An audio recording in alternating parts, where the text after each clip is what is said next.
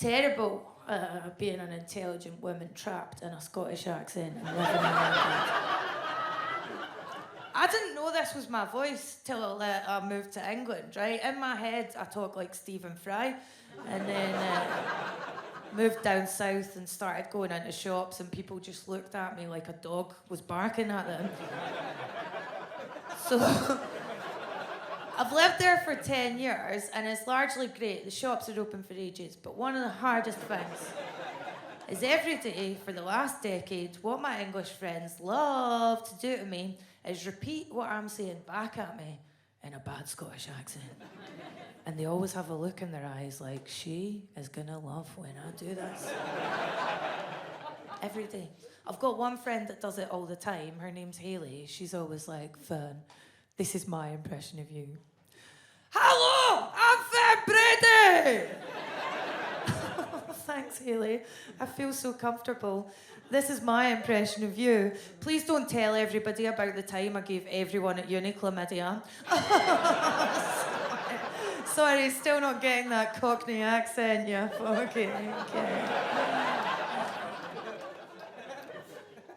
I never really thought much about being Scottish. Then I moved to England and I became Scottish Fern, and then you realise that you're meant to live up to this cartoon version of Scottishness where you're aggressive, drunk, allergic to salad, right? Yous all know the drill. It's hard for me to live up to this, right? Because I'm quite quiet off stage. Salad, can't get enough of it. I was considered almost quite middle class growing up here. Scottish middle class, not English middle class, right? Scottish middle class is where you've been on a plane once and mum makes you eat fruit regularly.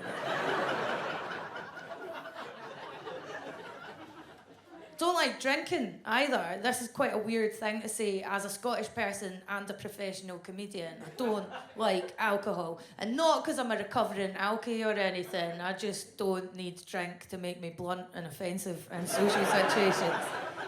Guys, that is a gift I have naturally. Here's another thing. Be jealous immediately. Never needed alcohol to make me a slut. I seem to accept early on in life I enjoy pumping sea monsters. Why bother with the health risks of alcohol? Big time stoner. Who needs memories? Turns out me for this job. Oh man, I love to smoke joints, but I've had to quit it for the sake of my job because my memory was getting so bad I had to Google the phrase double bike because I no longer knew the word for tandem. I've been smoking heavily for like a year, and I was like, all that stuff about memories is just government conspiracy theories. And then I went to say the name of I've been going out with the same person for 8 years, so I know his name, right? His name's Connor. I went to say his name, and I thought, is this cunt even called Connor? Who knows? Just act confident. See, when I was growing up, whenever I saw Scottish comedy on telly, it seemed to rely on slagging off Scotland, and it was a kind of shtick that was like, oh, aren't we all just fat, illiterate bastards eating chips out of bin? That's what it was, right? I don't like slagging off Scotland. I'm not comfortable with it, apart from one crucial thing, and that is the world of Scottish amateur pornography. Which I made the terrible mistake of watching. This is a real category of porn. I'm not making it up for the show. Don't watch it. But a lot of you are drinking. You see? He's cheersing. He's seen it. Scottish porn's the most depressing porn I've ever seen. Comes a close second to Russian porn, and at least in that they're skinny, but it's in that bleak, we did this for a piece of bread kind of way.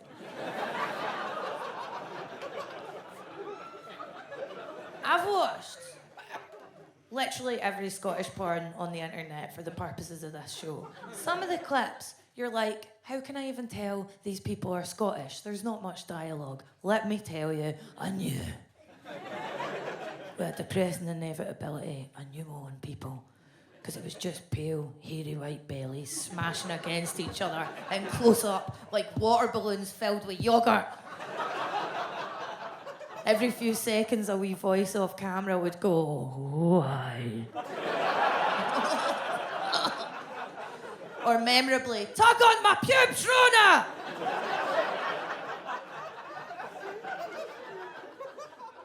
I clicked on this Pornhub clip. It said Scottish girl fucked in London. When I put it on, literally just footage of me paying £1,000 a month to live in a basement.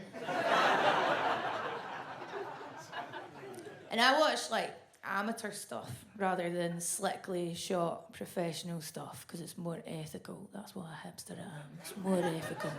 What they lack in muscle tone or symmetrical facial features, they make up for with a large degree of enthusiasm. You know what I mean? I can see who watches it, yeah. I've had to stop watching it and go back to the professional stuff. I'll tell you why. Firstly, can't control the soundtracks in people's homemade sex tapes. I had to turn off someone's amateur porno because they were playing the song Everybody's Changing by Keane in the background. Oh, which will come first, climax or me killing myself? And here's another thing. I don't judge any of you if you want to make a sex tape, but for the love of God, would you lock up the pets beforehand? You know the number of times I've just sadly closed my laptop during a porno? Because there's been a couple pumping away in the foreground, really happy, really oblivious to just the sight of their proud cat sauntering in the background. Meow! This is my time to shine!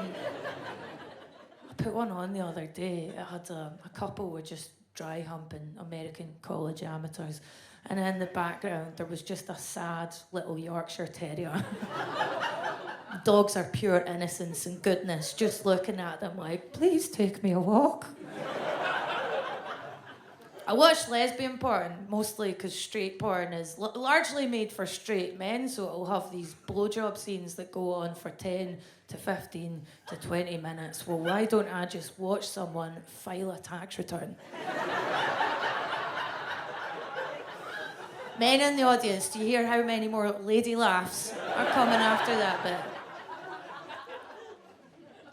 I have like a list of little tasks that I need to get done round the house, and the one that never gets done, and I feel bad about it every day, I always think about it, is whenever I put a porn on, I'm at the beginning of a wank. It's another fantastic day as a self-employed lady.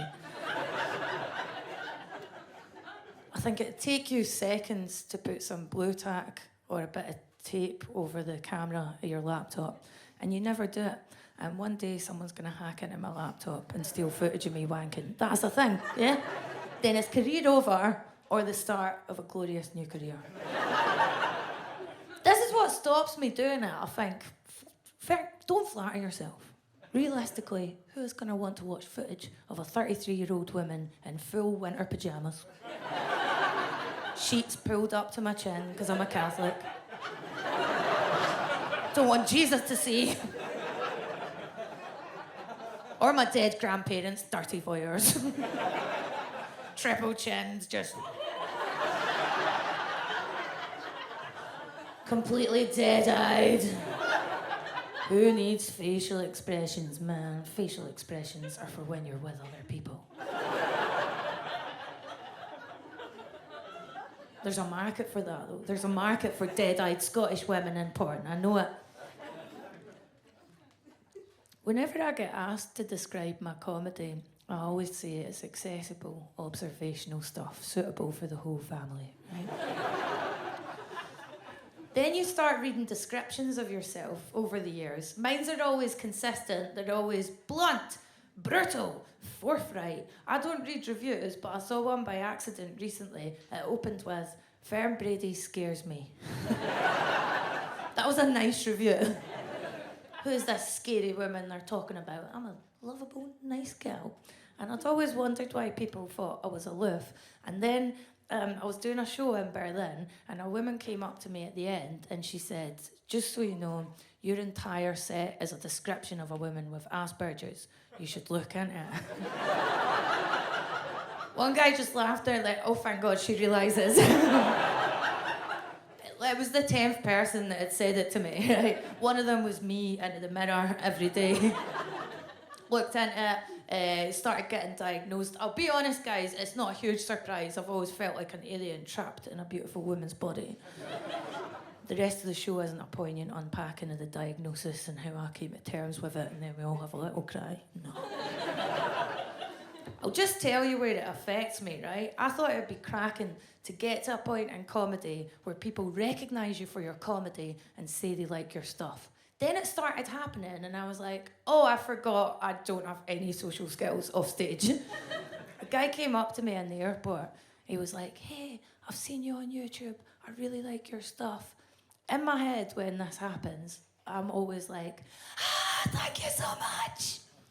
The way I responded to this guy, however, was by silently holding out both my hands and holding both his hands and just smiling in his face dementedly, like Kate Middleton when she meets a heroin addict at the opening of a community centre.